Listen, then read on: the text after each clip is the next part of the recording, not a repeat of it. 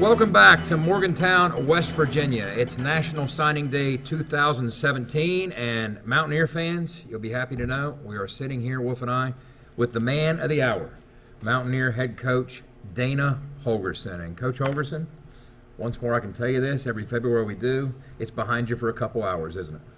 Yeah, we'll start recruiting the next class here when I'm done with you guys. We'll go into a room and start watching some video and on to the next class. It's never ending, you know. I mean, even the classes overlap at times too. So, you know, we've already been working towards 2018 for a little time, and we'll get going on it hot and heavy here this week. Well, it's such a difficult thing to gauge. There's not really a science to it, even though people try and apply that approach. An interesting piece was just published recently, and ESPN put together re-ranking some of past recruiting classes, and that kind of stuff fascinates me in delving into this as much as anything with the current recruiting classes. They looked at the 2013 recruiting classes by conference, and what they looked at was, okay, well, how did it actually pan out 4 years later? And you got an interesting take on it, because the 2013 recruiting class, it wasn't blowing anybody's skirt up the day we signed those kids, but here we are 4 years later, they reshuffled the deck. And according to ESPN, West Virginia had the best recruiting class in the Big 12 in 2013. You have a theory as to how that may have played out. Yeah, I do.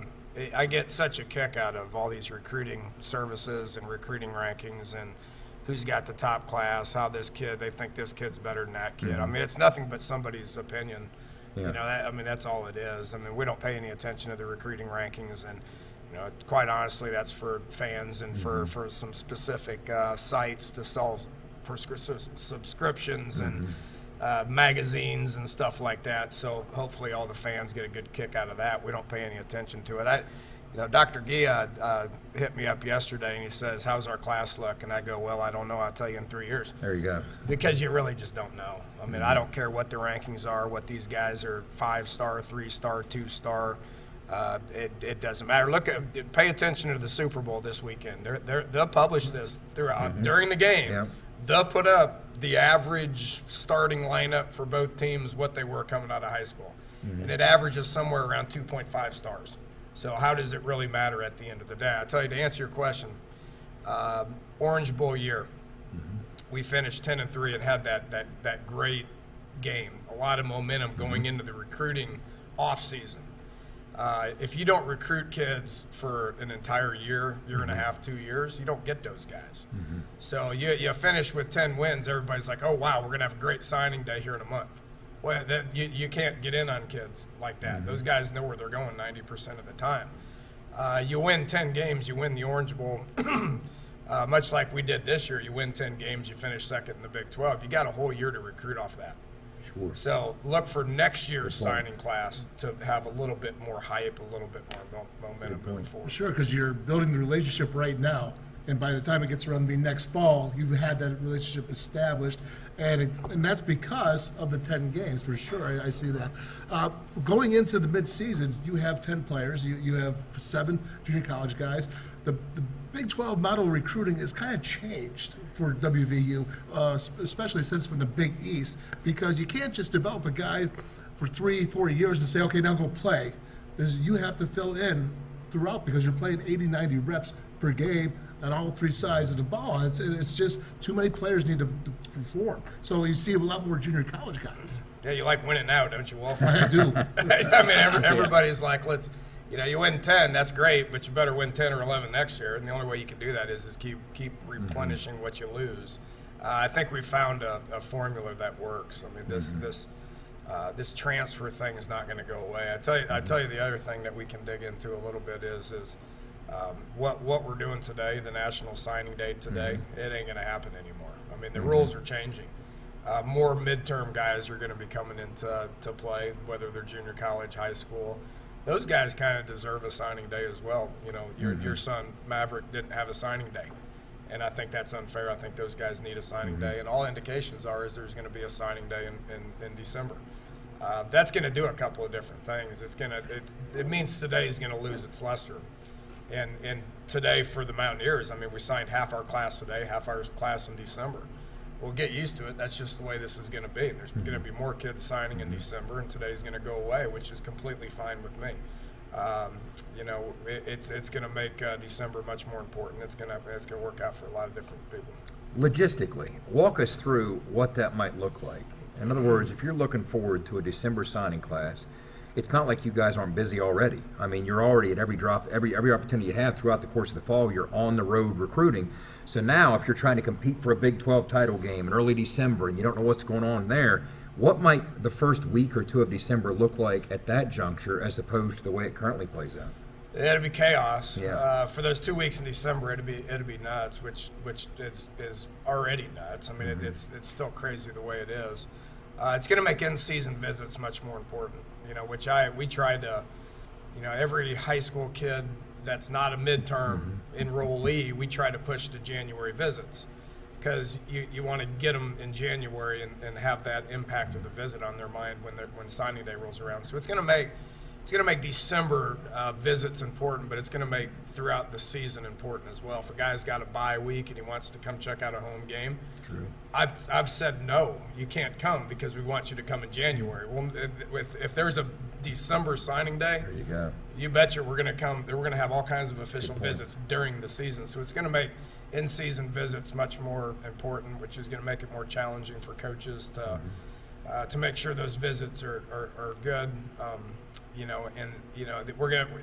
think it's gonna give some coaches a little bit more power as far as holding some things over some of these kids. I don't think there's going to be nearly as many hat ceremonies out there. I think kids are going to figure out where they're going to go, and they're going to grab it and they're going to take it, and then it's going to be good. And then you're going to be able to reassess what you need to fill the class in January. You may have 4 or 5 spots, 6 spots available, to where it's going to make January a little bit easier to go target who you need.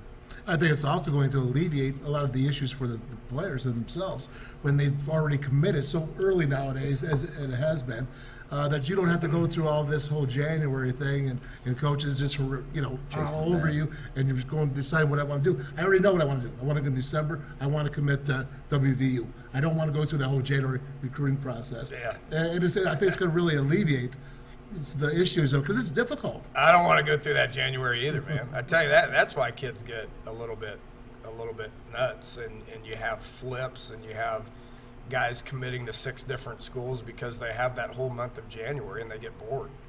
They don't have the attention, because there's a dead period. There's a 3-week dead period where you can't have any contact with these kids whatsoever. And then it gets kicked back up, and all of a sudden, boom, they're starving for attention. And then you go in there and you start giving them a lot of attention. And then there's more 5 or 6 or 7 other schools coming in giving them more attention. So that's how things get twisted at the end. I just think it's going to be a little bit more cut and dry, and I think it's going to work out not only for the kid, it's going to work out for the schools, and there's going to be a lot of money saved as well. We don't have to fly all over the country the whole month of January seeing kids that are already signed. So it's going to save a lot of money as well. So do you think there's a derivative effect? I mean, it seems that in recent years you've seen the recruiting process encroach earlier and earlier. I mean, sometimes these kids, 6th, 7th, 8th grade, are getting serious looks by some of these schools. Do you think there would be an impact on that end of things as well if this is all pushed around and rescheduled? I don't see how it gets any earlier than it is right now. You mentioned 6th graders. Yeah, it's crazy, isn't it? Yeah. I don't know. I mean, I don't does know it become later? I don't know about asking. 6th graders, Judd. Yeah. Now, 9th graders are getting camp mail. Okay, and 10th graders. I mean, my son's a 10th grader. He's going to camps, and he's, that sort of thing. I think it's about where it's at right now. I mean, if kids are playing high school football as sophomores, or they're going to camps as freshmen, they're going to be on people's radar. It's tough to really get serious about anybody until they've played their junior year. Once kids have played their junior year, I think you got an idea what that kid's going to be about, and then you need to start recruiting them because they can be signing a year later. Well, I've heard a suggestion made that maybe it actually has to be pen to paper to keep some coaches out of some junior highs and looking at those kids to make it. That's where I was going with that. That In other words, the other direction. The other direction. Yeah, So, do you foresee having to do head coaching visits in summer of the senior year? No. So that's, it's funny because we have these meetings, and there's basketball coaches around when we have these meetings and these discussions. And I've had this with Coach Huggs and his staff a little bit as well. The early signing period for December works, but they're like, be careful about how early you go, because if you go earlier, you got no time off. I mean, if football was to say you can official visit kids in the summer, we would literally have 0 days off. I mean, there's a reason why the NCAA put a 3-week dead period in July, is to be able to give coaches and kids some downtime. And if you had official visits that were available in the summer, there would be 0 downtime. So no football coach is going to approve that. That day's already been denied by the NCAA with the support of of all the head coaches. I think it is what it is right now. I think September 1 of that kid's senior year, they can start taking visits. That gives a whole semester to be able to find a time to be able to get that guy on campus, whether it's for a game or whether it's in a December recruiting day. Well, we're not here to specifically talk about individual kids and how that might project out with you. What I'd like to ask you about is philosophically, and we brought this up with Jay Wan and some of the assistants earlier. Philosophically, it seems every year we have this conversation. Since we jumped into the Big 12 in 2012, a couple different things have played out. First of all, the brand on our shirt when we step into these living rooms is probably a little more potent than it was with the Big East. And that's no knock on the Big East. It's just a fact. And second of all, when we encroach in Florida, there's probably now a little more Big 12 competition in Florida in recent years than there was 5-8 years ago. Yeah, I see that. I see the Big 12 getting into Florida a little bit. We're still trying to cut our teeth where we've always cut our teeth. Ohio, Pennsylvania, Maryland, Jersey, those are still very important areas for us. We're starting to dip down into North Carolina and Atlanta, probably a little bit more than we have in the past. It's getting tougher to get guys out of Florida. I mean, that's really where we go against the Big 12 is in Florida or junior colleges. We did get the one, Reggie out of Texas, which is a rare Texas sign that we have. I think Coach Carrier is going to continue to make a little bit of inroads in there, but we've cut our teeth for years and years in the areas that surround the state of West Virginia, and it's been good. I think our brand is really good there, and I think it's going to continue to get better. We're recruiting against Big 10, ACC more than we are Big 12. I like that because we sell something different, and the better the Big 12 is and the more exciting the Big 12 is, the better it's going to be. We finished the top 20 team. There's a lot of knocks on the Big 12 earlier in the season with the non-conference schedule being a complete disaster. Big 12 finished the year pretty good. If you look at the bowl games, we finished 4-2, and we got some teams in the top 20. It's still a great conference with very high quality teams, and that's something to sell in those areas that nobody else can sell. Looking at your wide receivers this year that you've been taking in, it seems like you're going for a bigger wide receiver. When you got some of the guys 6'5", Stills is 6'3", all know what he's got about him. But it just seems to me like you're going with bigger receivers now, maybe for the red zone area to be bigger targets. Yeah, those guys will help down there. David, he can get the ball into the end zone. I think Maiden can be a guy that can get the ball, and he got great ball skills in 6'5". And it helps to have. Now, don't forget about the quarterback. That really technically is a part of this class. I mean, we that number's got to go somewhere, So we took a couple of transfers that are 4-year guys that had a city year, but they're technically part of this class because that number counts in this class. So we got a bigger quarterback in Will Greer that that can get tall in the pocket, and I think that's going to help red zone. And then when you have a bigger target to be able to throw to, it should help. No secret, we weren't very good in the red zone throwing the football. I think that's fixed with the taller quarterback and some bigger targets as well. Another philosophical question. West Virginia as a program has always been kind of a blue-collared program. And what we're doing offensively, the direction you've steered, fits so perfectly with what we do. Defensively, what we do seems to fit so perfectly. And you talked about the star rating system earlier. So many people say star ratings are for hotels, not for football players. Well, there's a lot of merit to that. It seems that that kid who's overlooked in high school, and he doesn't have that 4 or 5 star rating, typically fits maybe even better at West Virginia because he shows up with, our program is all about having somewhat of a chip on his shoulder. And so when they step in the building with a chip on their own shoulder individually, they kind of fit right in, don't they? Yeah, that's who we've always been. You guys know that better than I do, but we've taken on that mentality, and it's not going to change. I mean, it's who we have always been. We really played it up last year. The one thing that Skylar did a great job of is embracing that because that's who he was, and that rubbed off on a lot of the players. It's rubbed off on the whole program.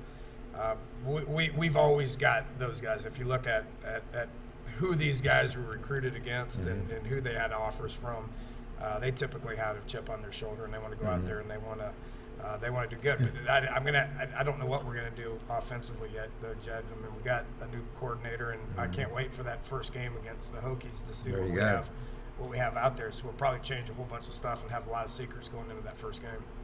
Good move. That's a beautiful thing. That's their turn. We've been through it the last couple of years, That's right. So, Well, West Virginia. Oh, we're done. Yeah, we're going to wrap up here. Okay, man. I tell you, Coach Dorchester has done a great job with this class. He's coming up next. He'll talk specifics with the guys. Here we go. I'm the big picture recruiting guy, just talking, some philosophy and stuff like that. But Ryan Dorchester has done just an outstanding job. Director of player personnel. That starts with recruiting, but this guy knows our team, just as far as what the needs are. I mean, he's brilliant. He knows what we need. He knows what holes to fill. Knows the team better than anybody. These guys were pinpointed, whether they're junior college guys, high school guys, offensive guys, defensive guys, what we needed and what we went out and what we got. At the end of the day, we got all our needs filled. We got a few left that we can go out there and we can get as well. He can fill you in on what we're looking for here moving forward as well. Yeah, Dorr seems to be one of those guys who's probably as close as you can get to turning it into a science. He really is. He's very good at it. But there you have it from Coach Dana Holgorsen, what the future might look like in college football recruiting and West Virginia's place in it. We're going to return to Morgantown, West Virginia for a final look at the 2017 West Virginia recruiting class on National Signing Day.